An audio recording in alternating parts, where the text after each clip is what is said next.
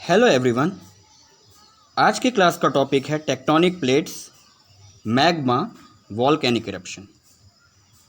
हमारी जो earth surface है ये लगभग 5 अरब साल पहले अर्थ एक गैस और रॉक्स का फॉर्मेशन किया गया एक गोला था।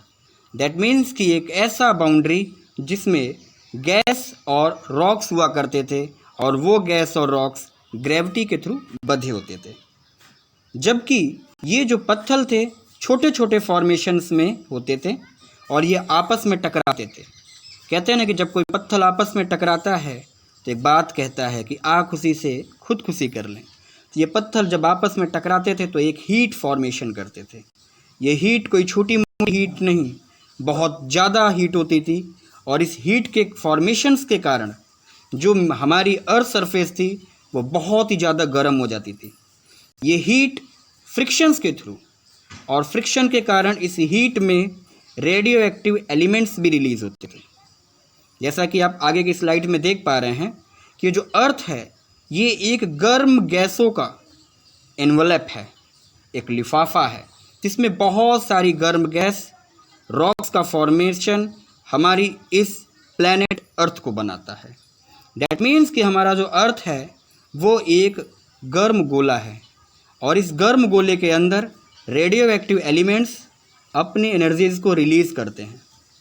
लगभग इसका temperature 27,000 Fahrenheit near about 6,000 degree centigrade temperature, जो कि हमारे सन का टेम्परेचर लगभग होता है। दैट मीन्स कि सन का टेम्परेचर हमारे अर्थ का टेम्परेचर लगभग एक जैसा होता है। तो कह सकते हैं कि हमारा जो अर्थ है वो सन के टेम्परेचर के लगभग बराबर है। अब जब इतना बड़ा टेम्परेचर होगा तो जाहिर सी बात है यहाँ पे लाइफ सर्वाइव करना इजी नहीं होगा।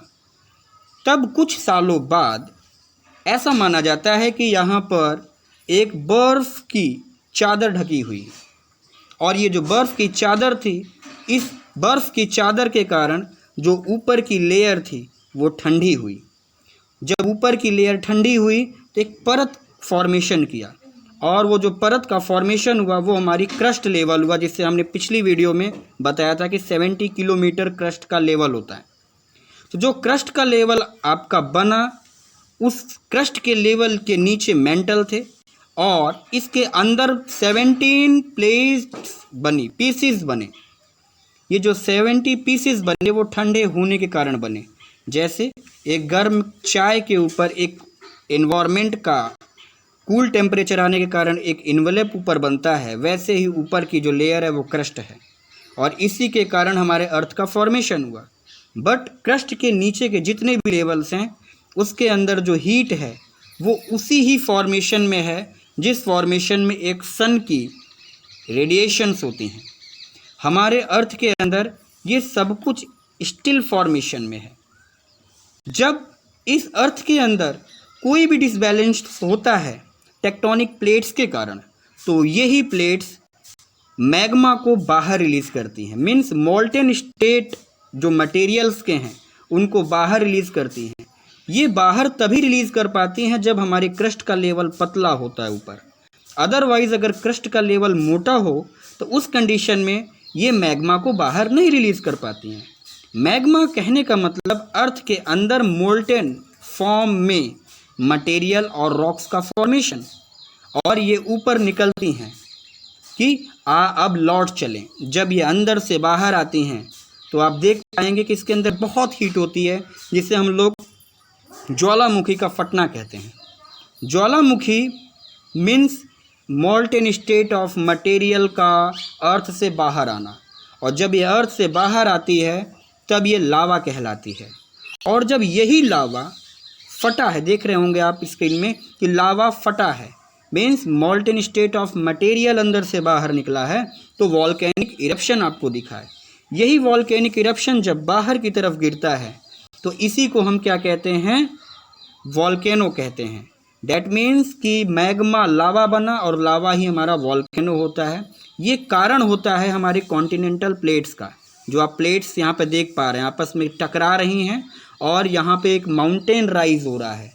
माउंटेन राइज होता है, इसी में से लावा भी रिलीज़ होते हैं।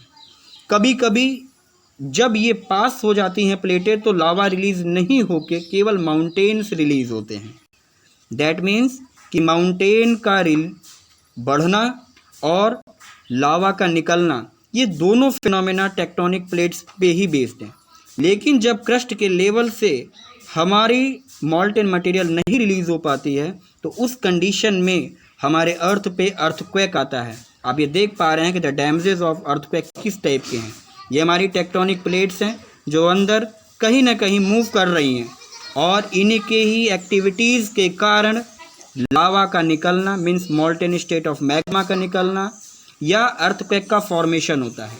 इस टाइप की एक्टिविटी अगर सी के अंदर होती है तो सुनामी की बातें आती हैं, सुनामी होती है। वॉल्केनो हमारा कुछ इस तरीके का फटता है और वॉल्केनो से निकलने वाली एनर्जी बहुत ज़्यादा एनर्जी होती है। वॉल्केनो इरप्शन के बाद ये जो रॉक्स होते हैं ये अलग अलग स्टेज में बढ़ जाते हैं, जिसमें जो हमारा पहला रॉक होता है वो इग्नियस रॉक होता है। आप सुनामी की तस्वीर देख पा रहे हैं,